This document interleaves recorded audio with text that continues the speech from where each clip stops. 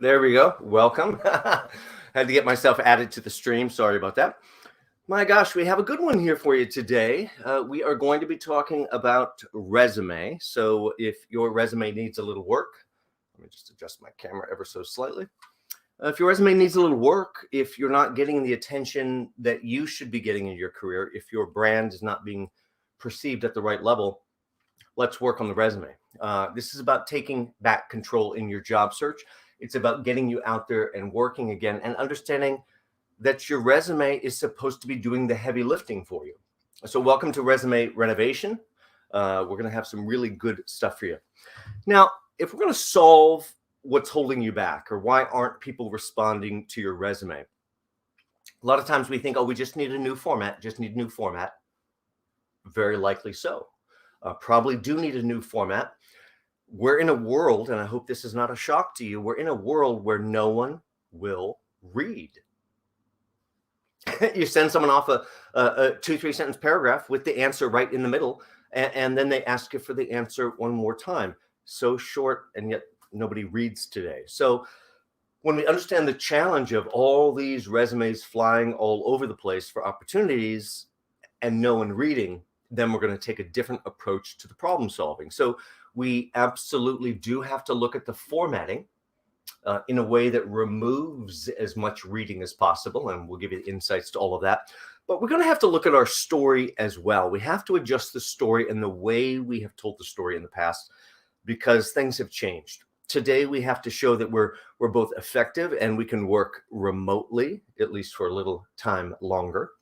Hopefully we've had some experience in the last year and a half of working remotely. If not, and we're a little concerned about that, there's ways in your career story to convey that you can be effective in a remote setting. Have you worked with offsite vendors, or maybe your manager was offsite, or one of your team members was offsite, customer or client?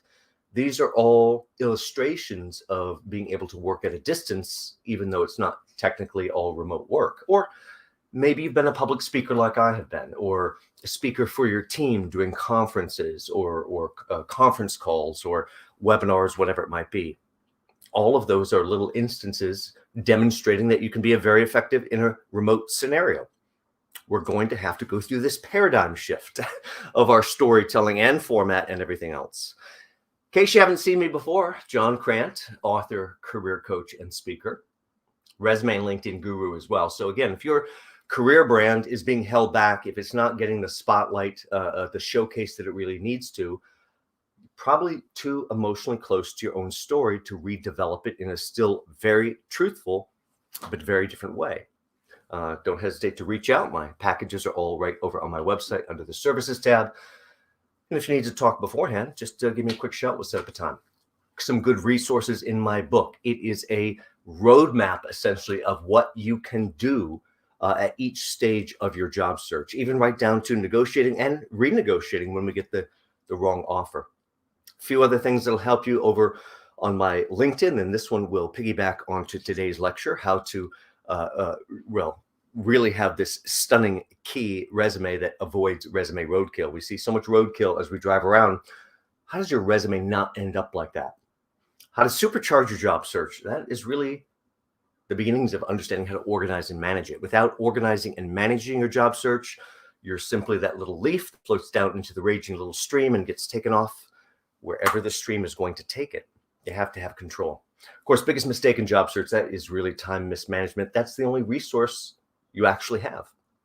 Now, if you haven't redeveloped your LinkedIn yet, there's a special version, although there's a lot of versions over my YouTube channel, but there's a very special version of my LinkedIn video right on my homepage, SelfRecruiter, about halfway down the page. You can see me large, see the slides large, really use it as a start and stop tutorial as you build out a better and better career story. Now, SelfRecruiter, this covers the entire series that I present. How is it that one job seeker, one person in their career is going to become this self-recruiter, this great recruiter that looks after only one great candidate, which is you?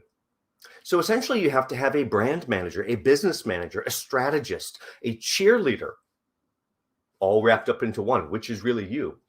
So part of becoming this self-recruiter is beginning to look at things a different way. Understand that we don't necessarily have to follow the rules that somebody else set out that are designed to work against us, but it's our job to get ourselves in front of the decision maker, to get ourselves in front of that person that is dying for the solution that's just like us. That means we're going to have to network in a very different way. That's really LinkedIn. So be sure to watch the LinkedIn lecture if you've not. Also, it means keeping one eye on the toughest competitor imaginable. You know, those 4 or 5 or 6 people that would just go after that job, get that job, and probably scare us away. Oh, they're going after the job. Oh, forget it. That person that would scare you away from your opportunity.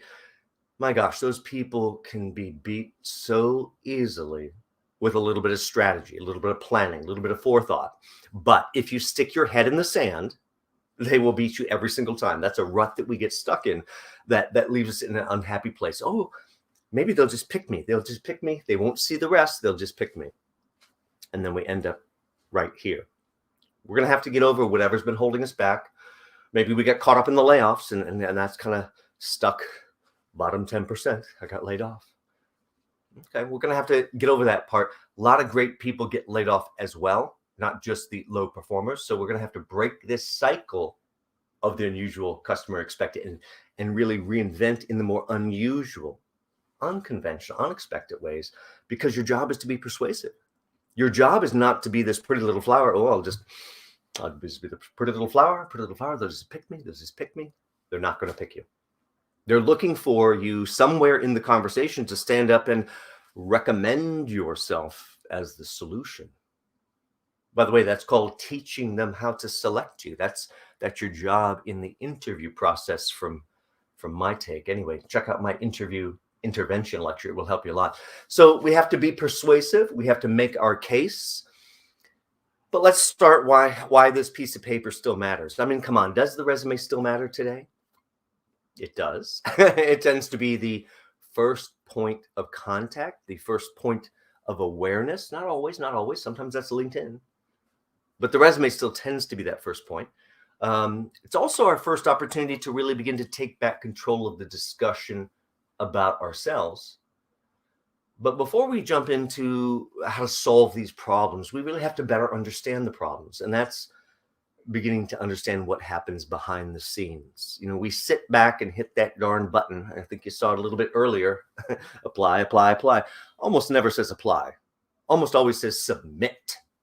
All capital letters till we're so submissive. It's like a Friday night waiting for the phone to ring. Oh, it's going to ring. It'll be a telemarketer when it does. Let's go back and really look at the numbers of the challenge behind the scenes, because when you look at that, you will change what you do. So if this is any kind of a decent job that you're after, that's 1,000 to 2,000 resumes being sent in. Now, did you hear that? I did not say 1,000 to 2,000 qualified individuals. That's 1,000 to 2,000 resumes being sent in. Someone sees that job that's a good job. They go, that's a good job. That's a good job. There must be a job right around that one for me, because I'm like right near that area. Send my resume in too. They'll go, oh, we need a person just like this one also. That ends up with the entire thing being jammed up. Maybe 95% of these resumes are not right for this one job. They're those surrounding ones where people are trying to get lucky getting picked out of the group. But those ones that are right, that maybe 5 to 10% that may be right mixed into all of this, they get lost in the minutia. People drone out until they can't even see the resume. So really, let's go back to what I said no one would do. Who can read? Who can read 1,000 emails? Who can read 1,000 resumes? Who can read 1,000 cover letters and do all of their own work? I don't know anybody that can do all of that and do all of their own work. Not in the way that business has doubled and tripled the workload over the last couple of decades. Not really possible these days.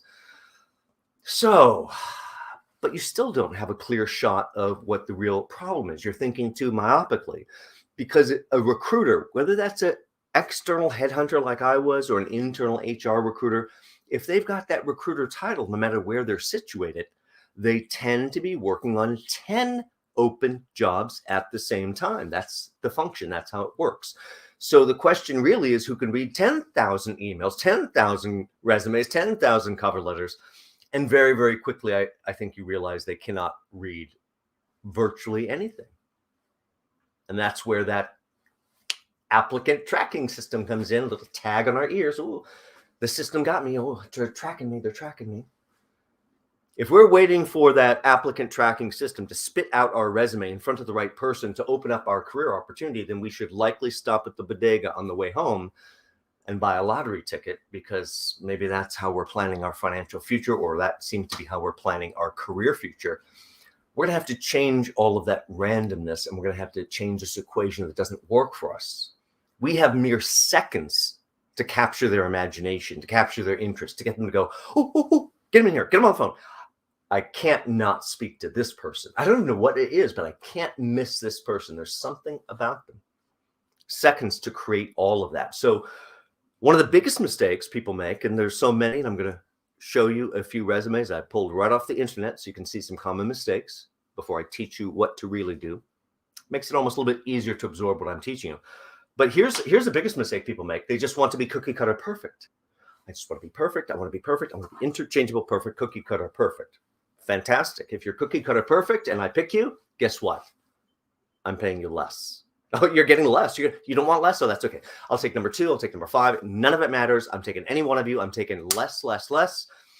Saving money today if you're only cookie cutter interchangeable. You have to achieve not only being cookie cutter interchangeable, but somehow at the same time being different, exceptional, stepping out of line. So you have all of that, but you have something special too. That's the way you really create interest, and you kick your competitors to the curb around you. May take 3, 4, 5, 6 iterations. Who knows? I don't want you to have the expectation that you're going to, at the end of this little webinar here, you're going to sit down, spend 2 hours of homework, and come up with your new resume. What you'll do is maybe sit down, 2 hours of homework, and come up with the first iteration of your new resume. And then maybe you put that new iteration right next to the old one and go, what works? What's better? Let me pick it up. We'll do the 3-second test, which I'm going to teach you very, very soon. And then you go right back to the drawing board. 3, 4, 5, 6 rounds, whatever it takes to get to the very best version of you. Still letter true, but not confessional. And we'll get into that part. What do we say? What do we not say? Small changes change perception about everything. So what's your story? Interesting word, story, because we tend to think about things that are made up. No, these have to be true, but we should put on our glasses, which may just have a little bit of a rose-colored tint looking backwards. Everything that was traumatic begins to disappear out of the memory. Everything that was wonderful and deliverable and elevated value comes to the forefront. We let go of the baggage. Now, since we lived our experience in our career, most of us are far too close to it to really reinvent it properly. That's why I work with clients, because they go, I don't even know where to start or how to reinvent this. Well, I know exactly how to do that. I'm not emotionally attached. I think that's what you have to do. You have to detach emotionally from your own story, even though you care deeply, but can't let your emotion influence your decisions. Then what you have to do is go back and discover all your real story components. What are your real assets that you could speak about or decide not to speak about, depending on how you want to structure the feeling of your career story. Now, I do this with my individual clients where I'm reinventing their resume, LinkedIn, and getting them ready to go out for interview. You can do it for yourself.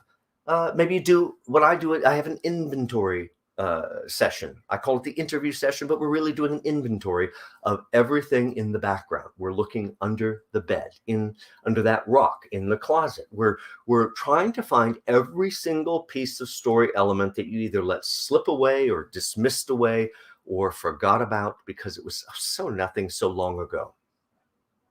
And yet a few of those key things all grouped together, they can suddenly see the career path and see why you landed these jobs just from the right elements in your background. It's hard to do for ourselves when we're emotionally attached to everything. So we're going to sit down with ourselves. We're going to do this interrogation, essentially. You know how you think your interviews feel. Well, interrogate yourself. Now, when I do this with clients, I spend about 90 minutes. Sometimes it's 60 minutes if they're very, very expeditious. Sometimes maybe people take 2 hours. You have to get through your entire story from start to finish up to today. And I walk away from those sessions with about 8 or 9 pages of notes in addition to all the other materials. Or you better believe every single thing on those pages of notes, ooh, very exciting and important, but 8 or 9 pages of notes don't fit on a resume. You're going to have a resume-worthy discussion with yourself. Which items rise to the level of being resume-worthy? The real nuggets of gold. Now, let's not get distracted about being capable or qualified. I would not hire anybody that was not capable or qualified.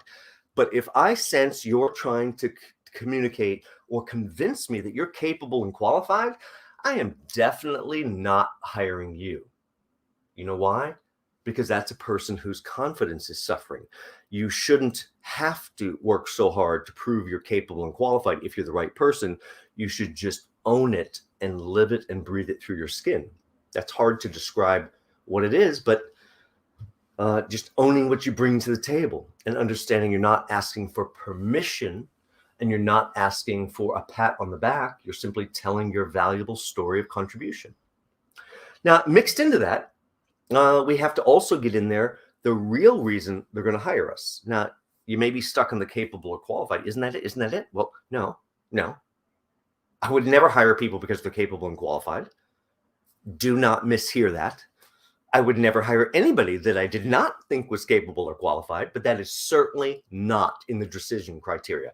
That's in the decision criteria of whom I invest my time with, whom I'm going to speak with.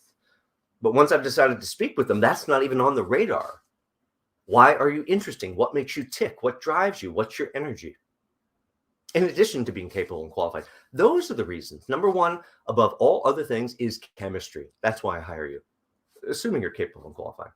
Number two, above all other things than chemistry, confidence. Confidence in you. Confidence that if I hire you, boy, I'm going to get something special. I don't even know what it is yet, but I know I'm going to get something different from you than just those other folks. I know what I'm going to get from those folks. I don't even know what I'm going to get from you, but I'm so excited. That's the interesting and tick piece. A lot more on that also in the LinkedIn lecture, and a lot of different ways to use different components to tell the interesting and tick on the digital side. So be sure to watch that LinkedIn lecture for some other ideas of what we're going to do on the interesting and tick piece. Now back to these notes, these 8 or 9 pages of notes all about us. We're trying to filter through all the notes, trying to figure out which story components, which little ideas of contribution about ourselves rises to this level of setting the brand for ourselves, setting the tone for what we bring to the table. Really everything that could separate us out from others. Probably going to have to grab a highlighter, go through the 8 or 9 pages of notes. Oh, what's resume worthy? What's a ruby, diamond, emerald, nugget of gold? Be very stingy with that highlighter. I bet you right now the things that are highlighted, they'll fit on that single sheet of paper. That's the resume. Sure. Don't worry, we're going to have a little more discussion on length of resume coming up. But yes, those highlighted items would certainly fit. Then it becomes a negotiation for what else can come onto that piece of paper, really working backward from a giant pool of content. Only the best of the best of the best makes the cut for the resume. If it's too much that's unhighlighted, then we take the rest and we filter it through the basic question I talk about in every lecture, which is, why would it be the best business decision I'm going to make today if I choose to hire you? Anything that rises to that level is potentially resume worthy. And I have to balance how much I put in the resume, because if you put too much in and I feel you're trying to prove it to me, I doubt your confidence and I don't hire you. Confident people don't try to prove anything, really. They just claim it. So understand that you're going to have to shift your style, maybe even into an uncomfortable zone for how you normally work. You're going to have to make your claims, and when they'd like more detail, of course, it'll be right at the tip of your tongue because it's actually true. So I was presented with this resume right after a lecture. It was like a brick in the head. I was giving a lecture at the New York Public Library, full room. Somebody comes up to me right after. If you haven't seen me before, you've already got a good sense of energy. And well, today I'm got a bottle of water, which is somewhat transparent here, because I've already had my second double espresso of the morning. So I'm fully caffeinated is the point. Also, I'm passionate about my subject matter. So, the adrenaline gets going. So 90 minutes into a lecture that's in front of a live audience, suddenly someone comes up and says, hey, I've been told all I can expect is more of this. And I get presented. And I'm like, what's this? I'm like a brick in the head of text. And suddenly I'm getting sleepy with all that caffeine and adrenaline. I better ask a question. Wouldn't be very nice if I nodded off while they're up here talking to me. I'm like, what would you like to do? Oh, I'd love to be in events. Oh, you got pretty good energy. Have you ever been in events? Ouch. I'm me with my background, which is pretty deep, and we'll detail it out for you. And I can't see it because I look at a resume like this. It's a wall of text. You know what I see? Law firm. Oh, very impressive. Very impressive. Law firm. Oh, there's more law firm for you. I can't even see it says events coordinator. I can't even see that there were events being done. And I am me with my background. If I cannot see it, no one can see it. And yet it is right here.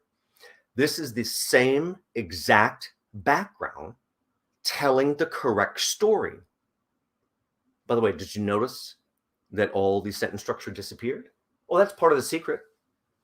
If no one is going to read, if we're in a world where no one reads any longer, there is not a single sentence on any resume I create for one of my clients. Not unless they spout something amazing. I grab it and put it in quotes to kind of sing at the top of the resume. On occasion, I might do that.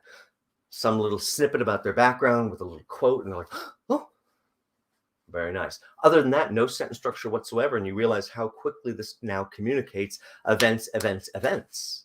So I did say, well, have you ever done events? She goes, well, yes. In fact, I've done events at the Heller Gallery, at the Guggenheim, at New York Public Library, at Met, Morgan Library Museum. I'm like, why don't you tell that story? You'd be hired tomorrow. Well, I just didn't do that. I did the RSVP, the catering, and speaker wrangler. Well, who are these speakers? Well, Ted Koppel, James Carville, Mary Matlin, Tom Brokaw, Charlie Rose. Well, some of those names we have to update if we follow the news. So, my gosh, tell that story. You'd be hired tomorrow. We're telling the wrong story in the wrong way, and we're going to have to free ourselves from the things that don't work. We're going to have to go through a transformation, this dramatic metamorphosis. We have to shed our skin, still tell a true story, but tell it in a very different way. We're a product now that has to be marketed to create engagement, which is a whole lot closer to this style engagement than the other. And small little changes change perception, change everything in our personal branding. So what is our personal branding? Of course, our resume, our LinkedIn profile, what we decide to wear that day. You might notice I don't have my suit jacket on today because I had not learned of the schedule cleaning changes at my dry cleaner, which now takes much longer after the pandemic. And I suddenly decided to drop everything off at once before the weekend, assuming it would be back this morning. Foolish me. And they're like, Tuesday, maybe tonight, but Tuesday. I'm like, oh, I guess I'll do a shirt and tie lecture today. Personal branding. So that's also what you say about yourself. Everything in your messaging, really everything that separates you out from others. You want to begin to think like a brand strategist because you have a career brand to manage forevermore. If you haven't connected the dots, sorry to burst this bubble, you are not going to have one more job. That is not the world we live in. You're going to have one more job, and after that, one more job, and after that, one more job. That's the world we live in today. So the sooner you begin to manage your career brand, the easier all of this gets. So let's think about everything that could potentially separate us out from others. Now, before I take you into today's full detail of what I recommend you do to improve your resume, let's look at some resumes that I pulled right off the internet. By the way, I'm going to go a little bit smaller on this one so you can see those just a little bit larger. It'll help you there. Somebody was collecting resumes on Pinterest. And I'm like, oh, I love resumes. Thank you so much for collecting these. So I pulled these right off of Pinterest to take a look. What I'm going to say about each of them are some common mistakes that everybody makes. So you look at this one, Kelly here. First off, kudos to Kelly on his or her brand. Big, large, and yes, I pulled off the last name. The last name was there, but you can imagine big, large. I can see it all. Can't miss the brand. Not sure shades of yellow was the right choice because, it's hard to look at on screen. When I print it out, it's shades of gray. And actually, that's the last positive thing I have to say about this resume. This particular resume suffers from what most resumes suffer from, a complete failure to look and consider information architecture. Let's think of that word, architecture, just like a very large building, even not that large of a building, 20, 30-story building, pretty large, but not that large. They just can't build that thing. Someone has to decide literally everything. How do the windows work? Where does the electric work? How does the plumbing work? How does it all integrate and work together and be a cohesive system? Here, I don't know whether I'm supposed to start on the left, go down, or start and go across. How's this supposed to work? You have mere seconds and no thought at all on information architecture. Julia, my goodness, let's talk about this one here. Now, I didn't write these comments at the bottom. Somebody else wrote these comments on who was collecting on Pinterest. So this one says, well, who said the name had to be at the top anyway? Well, I'll say it. I'm a big believer. Subtitle of my book is Changing the Rules. The name has to be at the top of the resume. There are certain rules you cannot break. So let's think about an I pattern on a resume. Name at the top, employer title, employer title, employer title, education. It's a reverse half moon that their I pattern is expecting. We've disrupted that. Now we go down to Julia, and now I don't know whether it's created an information architecture problem. Should I start below Julia and absorb that, then go up to the top? How should I do this? I don't know which way to go. And another problem here, I cannot see Julia's employers. Now you may go, well, John, they're grayed out, or they're blurred out, so you can't quite see them. Well, I get that, but imagine they were not blurred. I still cannot see them. Oh, I can go intellectually find them. You have seconds. You want to make people dig for your brands. Your brands determine almost every single ounce of your value, and we can't even see them. In fact, the only thing I can actually see on this resume is the reason I would not hire you. Dates are a reason I do not hire you. Dates are never a reason I hire you. And while dates are expected, if we understand the basic equation of how dates factor into our value, why would I put them by the I pattern? I know where the I pattern belongs now. Why not get the dates as far away from the I pattern as possible, and maybe smaller and bold, and don't look here, even though they're there? So a number of issues there that we might like to change and fix. Last one I really want to show you today here is Martin here. And gosh, I've seen this format so many times in so many books, and really everyone's just trying to come up with some gimmicky way to convey information. Now, kudos to Martin on his brand. Absolutely, I get his brand. It sits, it resonates. Not quite sure if I would agree with using 25% of the real estate on a single page resume to tell me your name and contact information. Why don't you tell me why you're valuable with that real estate rather than just that? Again, information architecture problem with this blue column and then the right column. I don't know whether I'm supposed to go down the blue column or go down and go over. How's it supposed to work?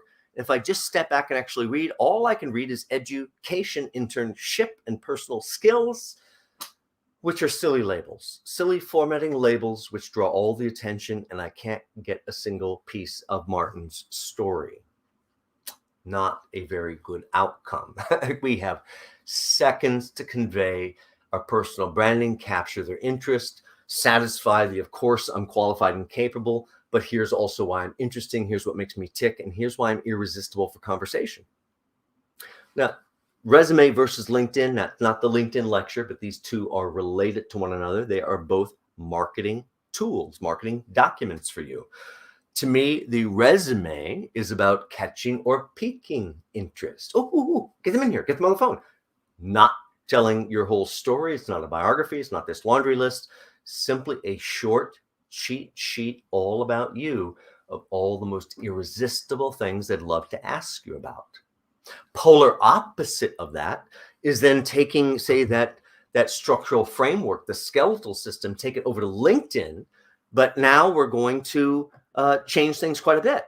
As we move over to LinkedIn, we're going to take that structural system and add back all the layering to make you suddenly a three-dimensional real human being until your LinkedIn becomes a three-dimensional sales brochure. All about you, naturally driving them to that one conclusion. My gosh, if I hire this person, get this person for the project, best business decision I make today? Influence. That's what all of this is about, influencing how other people think of you through the use of your personal branding.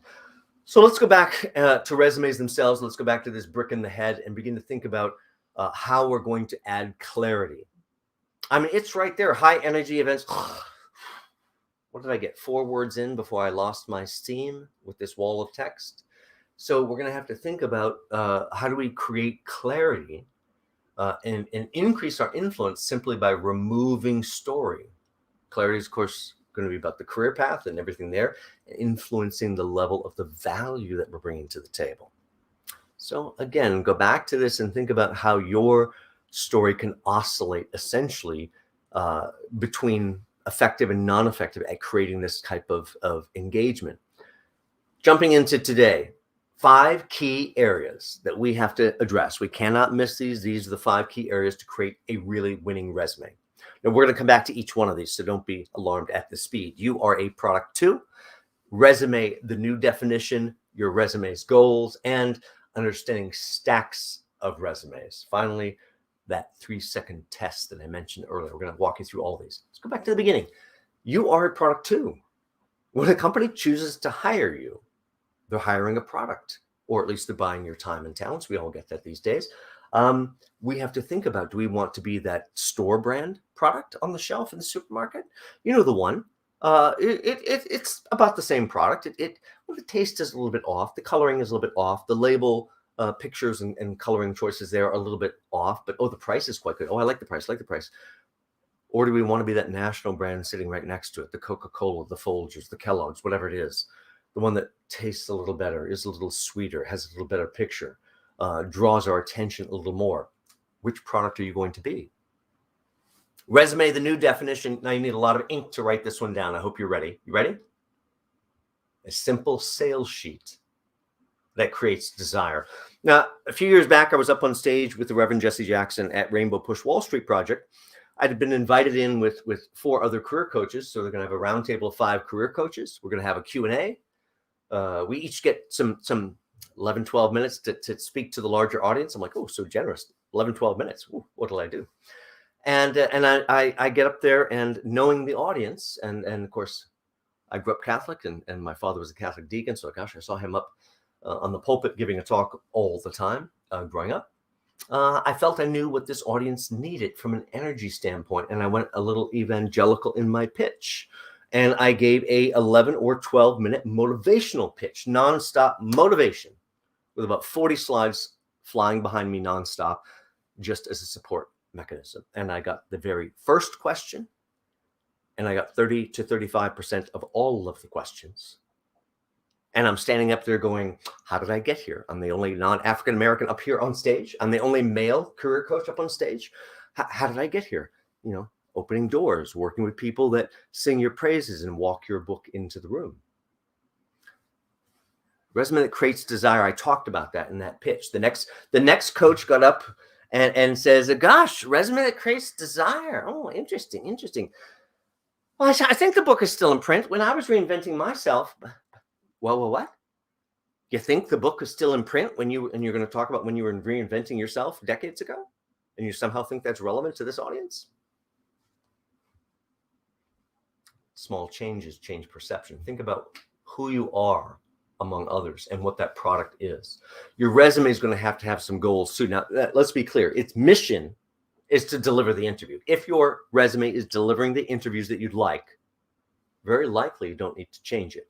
If it's not delivering the interviews that you like, there's something wrong with the way you're telling the story. Let's change it.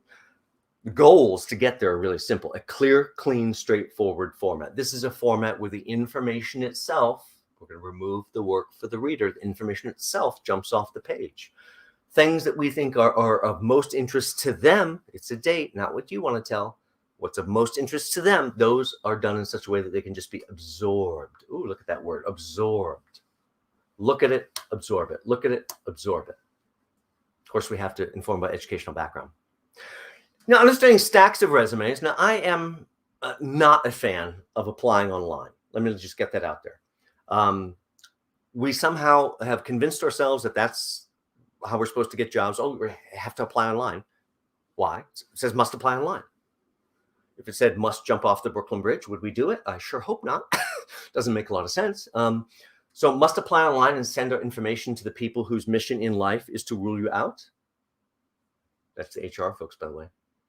Nothing wrong with the HR folks, by the way. They have a lot of other opportunities and things to work on besides what we believe. But we have to understand, HR individual only hires an HR individual. Every other person they talk to, they simply facilitate discussion, and some decision maker somewhere else hires the person. They just facilitate the paper process. So I'm a big believer in let's short circuit what doesn't work. Let's get out of line with those 1,000 to 2,000 resumes going in. Why don't we simply go right to the decision maker? So, but if you didn't listen, if you hit the submit button or apply button, if it happened to, it's going to go in. It's going to this giant black hole in space called the data warehouse. But before it gets there, it's going to go by a person. And within seconds, they're going to decide there might be somebody in here. Good stack. Might be. Maybe. Have to come back, take another look. But they don't come back. They don't come back and take another look because they have this incoming river of all new resumes. All these people that are new and exciting. Why would I go back to these people that couldn't quite convey their value to me the first time when I have all new people to look at? Stack 2 becomes a dead end. Thanks, but no thanks. Just like the third one. I haven't quite sure why you sent this resume in. So as we begin to think about this, the secret you may not like is the valuation process about you. It's a literal 3 to 5 seconds, not a trainer exaggeration, literal 3 to 5 seconds. You will not get longer than 5 seconds before you're in one of those 3 stacks based on gut feeling. Your first goal is you must get your resume into stack 1. If you do not get your resume into stack 1, you are dead in the water. Resume is never likely to actually be read. Cover letters never likely actually to be read. Your individual messaging never actually likely to be read. Got to get it into stack 1. Part of getting it into stack 1 is being succinct. 1-page resume, unless it's 2, but you realize how unhappy I am. There is no time I will tell a client that it's okay to have a 2-page resume. If someone needs a 2-page resume, they do not have confidence. You need to tell the correct career story that is so captivating on a single-page resume. And then what we do to adapt it is simply change 2 or 3 lines at the very, very top. That is coming up. The resume itself stays singular. That's why you have to work 2, 3, 4, 5, 6 rounds to get to the right version. Don't stop too early. Now, what are we looking at? We're looking at your name, which is your brand, current or last 3 employers and titles, of course, your educational background. Should we do a listening test? And I give this lecture to a live audience in person, and they go, John said just list the last 3 employers and titles. I did? When did I say that? I said what we're looking at is a listening test. If you asked me a different question, which I would sometimes get in live audience, what would you like on a resume? I'm glad you asked. I would like a resume to be complete from the time you enter the workforce to today. Again, it's a listening test. Did you hear what I said? I'd like it to be. If your work history goes back to 1972, I don't need to see it. That's a little too far back. At some point, we're going to have to cut a little bit, trim just a little bit. We're looking at the last 3 employers or titles for time relevance of skill. Doesn't mean we don't want to see the earlier, which is a great foundation. Learn how to tell less and less story going backward. And as you go backwards, sometimes even just the title and the company name is enough to carry all of the weight of contribution. 3-second resume test. As you work on every new resume, and I have my new iteration here. Now we're going to walk through the 3-second test. So here's how it works. Grab your resume. This is just for you. Nothing to be shy about. When I tell you to start, don't look yet. When I tell you to start, look at your resume. Get a little water here. Much better. Now, when I do tell you to start, we're going to look at this person, which is you, as if you don't know the person. I know that's difficult. And when I tell you to stop, you have to answer to yourself. What do I know about this person? That is also you, just within that time frame. Go ahead and take a look.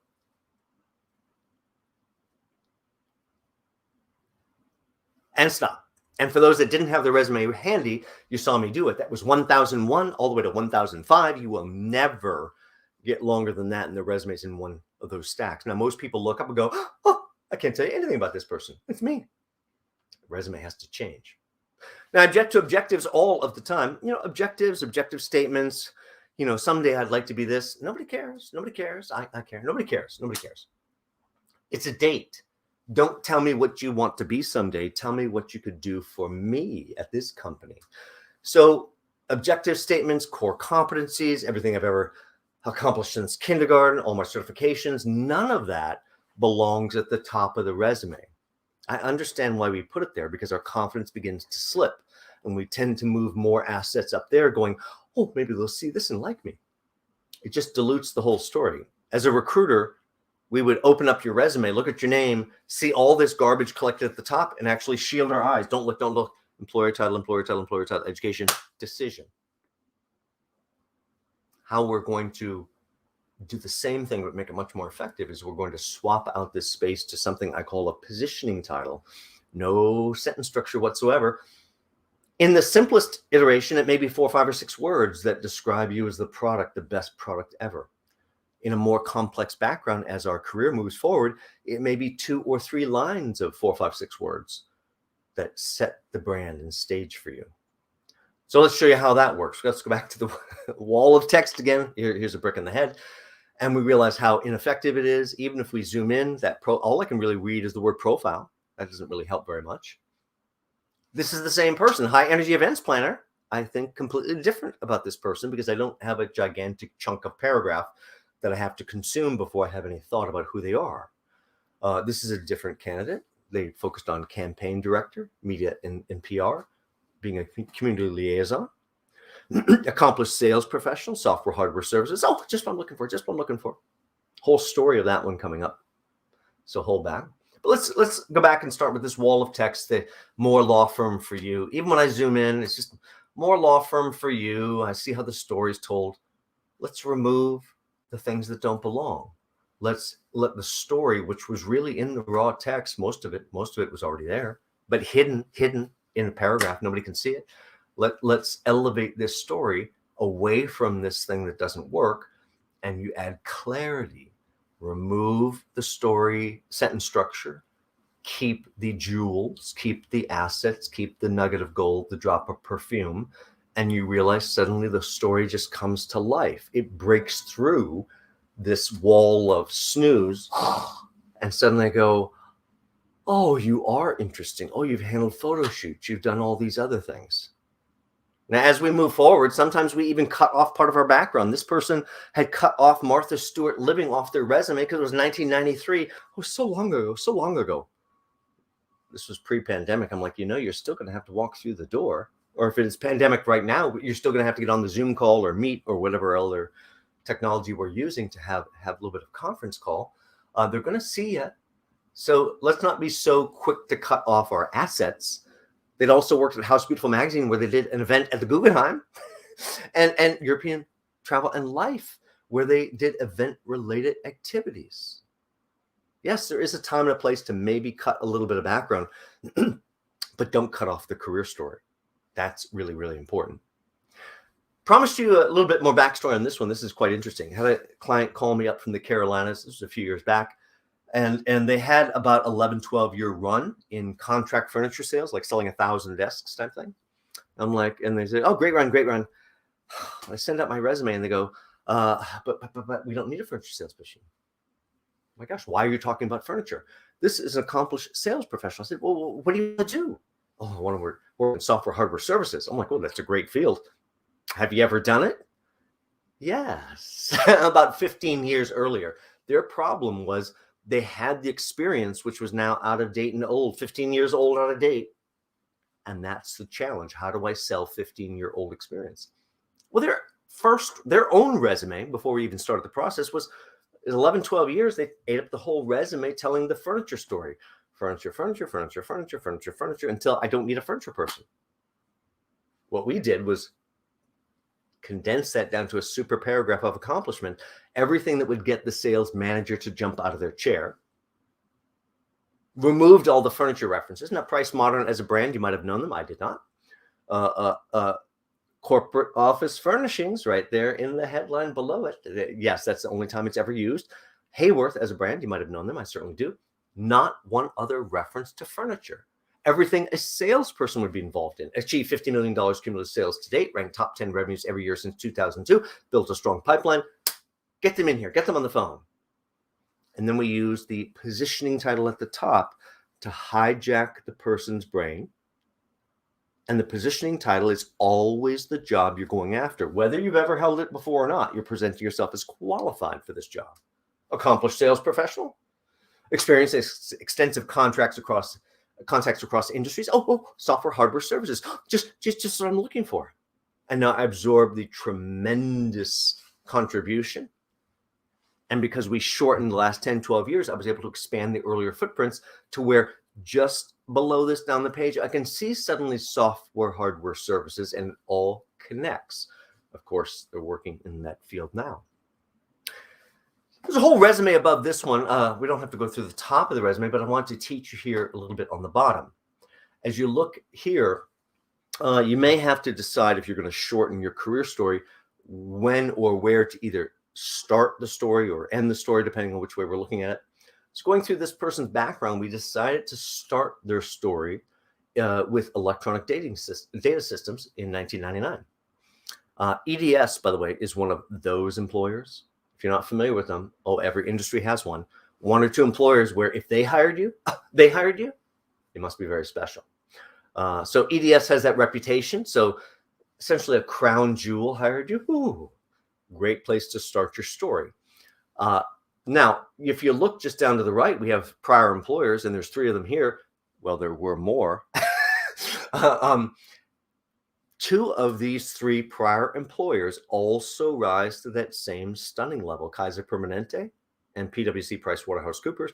They both have that same reputation as, oh my gosh, they hired you. 3 crown jewels all within eyeshot. They hired you. And yet notice we dropped the dates. We didn't get any of that baggage, no detail.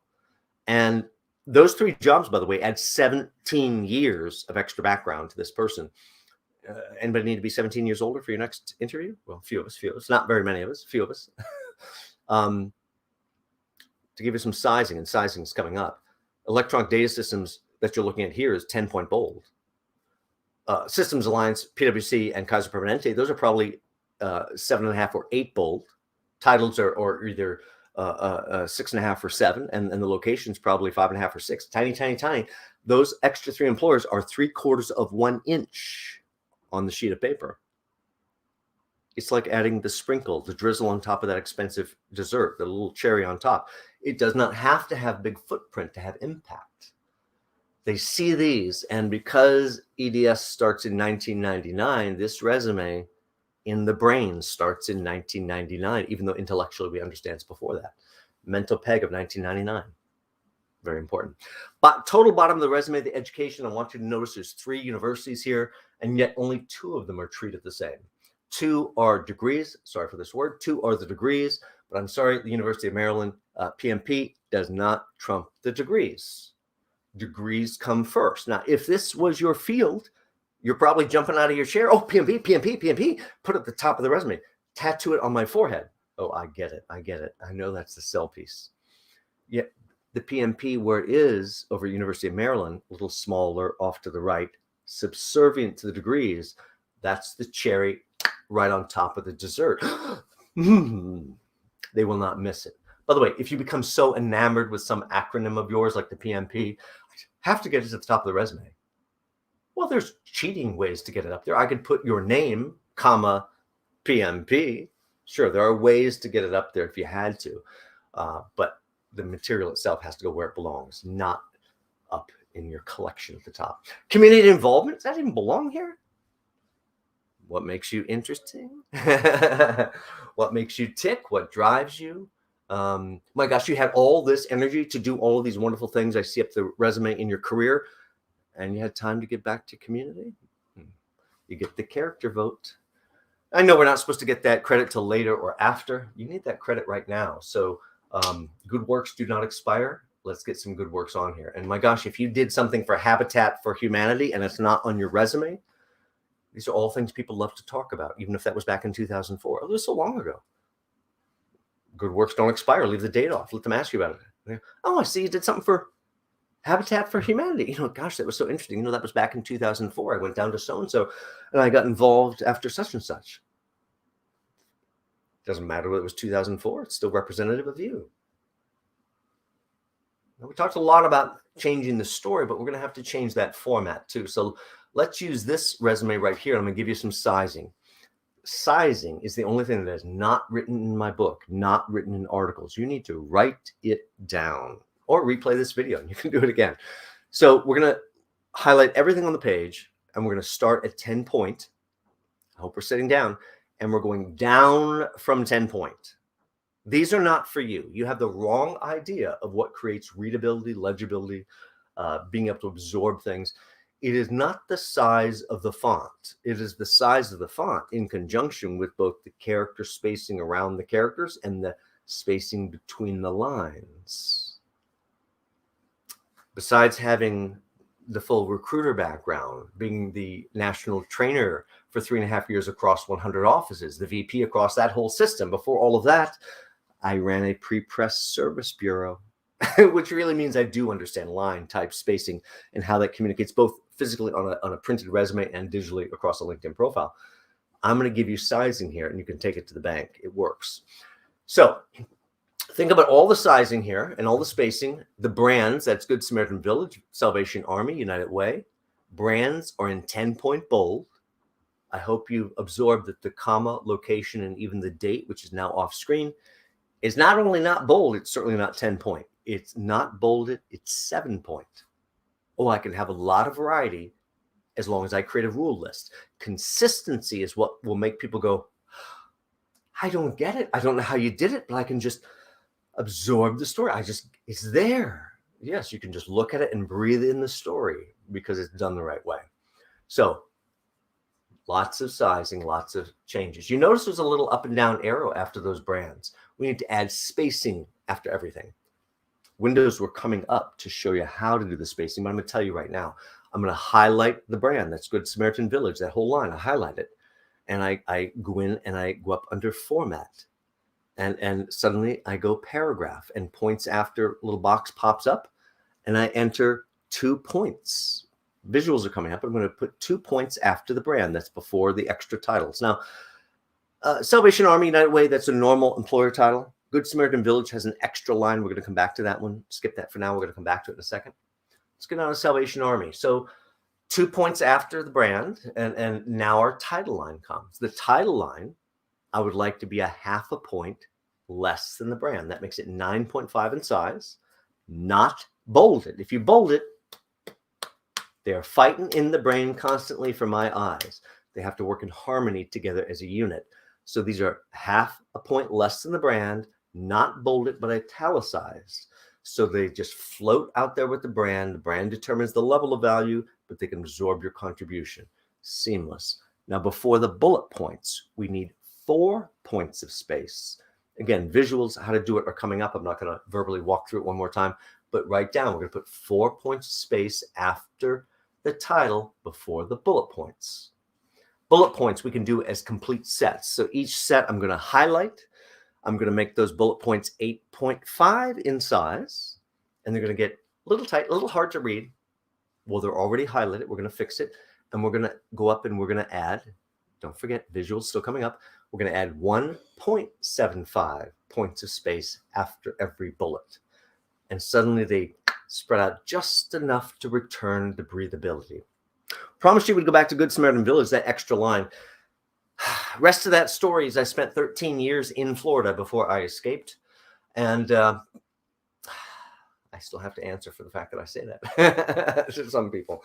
But if you've lived down there, you'd understand it. So, but what I did learn while I was down there for that length of time is every second or third mobile home or trailer park in Florida ends in the word village. There's nothing wrong with working at a mobile home or trailer park. She does not work at a mobile home or trailer park. We cannot let that association happen in the brain if it's not true. Like, oh my gosh, amazing employer, amazing employer. Wow, career went right into the toilet. What happened to you? No, this is another significant employer, the nation's largest non-for-profit long-term care organization. If the person sitting next to you, random person, whoever they are, it doesn't matter. If they do not know the employer, you need this line. You need a descriptive line that sets the brand level, because your value is determined by the brand, not your title alone. If you need this, it's 8-point in size, and it does have 2 points of space right after it. Just make a really good rule list. It'll be much better. How to add the space, still coming up. I do want to give you some advice on your contact information. You know, I kind of slammed Martin about stacking it up like a layer cake, eating up 25% of his real estate. Your contact information on the resume should be a single line. Starts with your LinkedIn URL. If you're not convinced, click on it and see my full sales brochure. On the other end, the easiest thing to get to, actually on the far right, is the cell phone number. Cell phone number goes on the resume, not your home phone. Cell phone number. I don't care if you cannot get your cell phone in your home. That's a different issue. Cell phone number is what goes on the resume. In between, the city, state. I don't hire you because you live at 123 any street. All that stuff can disappear these days. Of course, your email address as well. Don't have to read everything else that's up here, but I think you really get that part of it. Let's go back to adding space. Now, here's where I have to extend a slight apology on behalf of Microsoft. They have spent decades just improving on how they can collect more money for Microsoft Word, which seems like a one-time purchase forever for me. And yet they spend no time really improving or fixing its issues. Your version could look very similar to this because they make about 20 different versions, or it could look like a completely different animal. If your version looks like a completely different animal, you have to learn the concept and go find the tools on yours. Mine's a Mac version, real simple. Up under the drop-down menu, I go to Format, down to Paragraph. This box pops up, and part of this box has a points after. I simply enter the 2 points or 4 points or 1.75 points, whatever I'd like, and hit enter. Magically, that space appears. That's after each line. If I would like to change space between the characters, let's go up to that contact line. Contact line should be 7 point. When you make it 7 point, it's going to go from this to this and be very hard to read, but it's still highlighted. So I'll go up into Format, this time down to Font. Font window is going to pop up, and in the font window, I can switch it over to Advanced, and I can have an option to either reduce or expand the character spacing. In terms of my contact line, I'm just going to expand it 1, 2, or 3 character spaces until it spreads out across the page. And you'll realize that even at 7 point, spread across the page, now I can read the phone number. I can see all the detail. I didn't think I could see 7 point. You can see 7 point, and then it doesn't take up space. When they need to call you, they'll pick up the resume and move it closer. Don't forget where we began. 1, 2, 3, 4, 5 iterations to get to the right version. Don't stop too early. Each time, what works, what is better, what did I forget to address? Let me pick it up and do the 3-second test. Back to the drawing board. Work pedigree. Thinking horses, dog food. Well, we got the right word. Where we may be thinking a little bit about the 3 to 5 second part of the resume, but we're probably not really thinking the things I'm doing. So I'm looking at the quality of these companies, right or wrong, just off my gut feeling. Titles and accomplishments, even though I said I wouldn't really look at your accomplishments, and your educational background, all from gut feeling. So here's a great example. Let's pretend you're the manager. You need to hire someone, and here's the world's simplest resume. If this is all that's on the resume, I guarantee it's the world's simplest resume. What do we got? Todd Smith, Nestle USA, Director of Quality Assurance. Kraft Foods, Quality Assurance Manager, and Coca-Cola Company, Quality Assurance Engineer. University of Florida, BS in Agriculture. If this is all that's on the resume, I guarantee it's pretty darn simple. Simplest one you've probably seen. But you all have a value feeling about Todd already. I mean, I can see, he's got the degree. Got the degree. That's usually a pretty good thing. I can see career progression, engineer to manager to director. Look at these brands. Look at these brands. These are amazing companies, aren't they? Now, I never worked food and beverage. I couldn't tell you. I have a friend that's worked for GTE Internetworking, which became Genuity, and Level 3 Communications, Liberty Media, Nokia Siemens Network, Cisco Systems. All those companies I just mentioned to you, I can tell you they're completely messed up beyond belief. Gigantic meat grinder of reorganization inside, as so many companies are. I didn't work food and beverage. I can't tell you about these. I bet you they're probably just as messed up as every other company. But the perception is, oh, you did it for those folks. You must be good enough to do it for us. Now let's raise the stakes. I'm going to promote you up to manager. You have one interview spot left. We have two candidates. This Todd guy, and someone identical to Todd. Same University of Florida based in agriculture, same engineer to manager to director. But they did it for 3 food and beverage companies you've never heard of. Let's see who gets that last spot. Todd or the other one, Todd or the other. There is no decision process here. Todd gets this interview every single time. That's the power of brands. It's within your power to ramp up your job search, to really never again accept a job from someone you have never heard of. You have to progress to better and better brands, no matter what it's like internally, so that your brand value, your career value escalates. Value everywhere, but nowhere to be seen. You saw a resume with literally nothing on it below the jobs themselves. This is where you're going to win or lose. That resume had value without any detail. The achievements have to be bullet pointed, have to be done in a way that we can just absorb these tangible, deliverable, wonderful value things that you brought to the table. That means, I have to focus the story as much as possible here. Make it pop as much as possible. Degrees of degrees. Have you received in hand your college degree? I know this is a very strange way to ask it. I learned how to ask it that way as a recruiter when I realized people were lying to me. I'm like, they're lying to me. You know what 3 credits shy of a degree is? No degree. You know, I didn't pay that $196 I still owed to the university. You know what that is? No degree. So the only thing that matters is the truth, the whole truth, and nothing but the truth.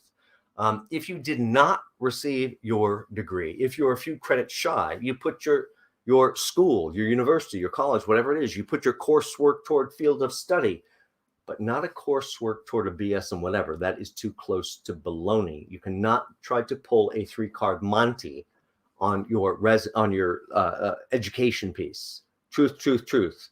Coursework toward field of study and get whatever credit that you have. Just remember, if you're into your profession, what you decided 10, 20, whatever years ago it was when you were going through the educational component, we may want to go back and kick ourselves for not completing something, everything else. But you know what? Those things are brought up today simply to lower your financial expectations if they'd like to hire you. You have to understand what's going on. Doesn't matter. What you're selling today is the expertise you bring to the table today, not some silly decision from 10, 20 years ago. Designing your resume, all I mean here is it's about moving your brand forward. That means they have to focus on you. That's your name. They have to visualize your whole background, what you brought to those companies, of course, informed by educational background. Let's give a last word about Word. You know how much I like Microsoft.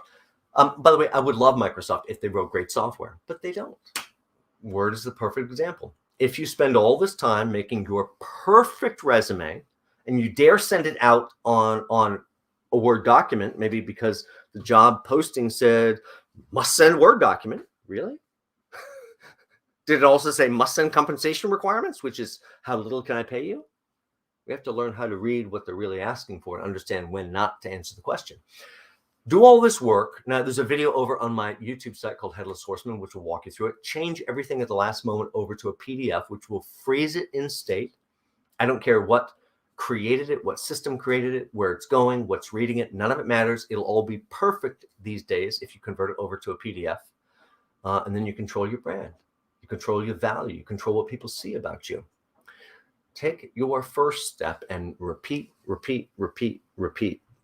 Your resume is a work in progress. Your resume is about elevating your value.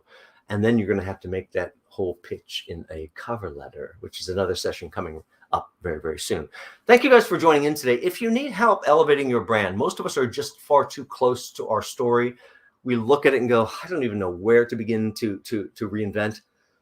Well, I can tell you, I care deeply, but I am not emotionally connected to your story. And I can look at it and parse it in ways and restructure it that will be much more valuable to you.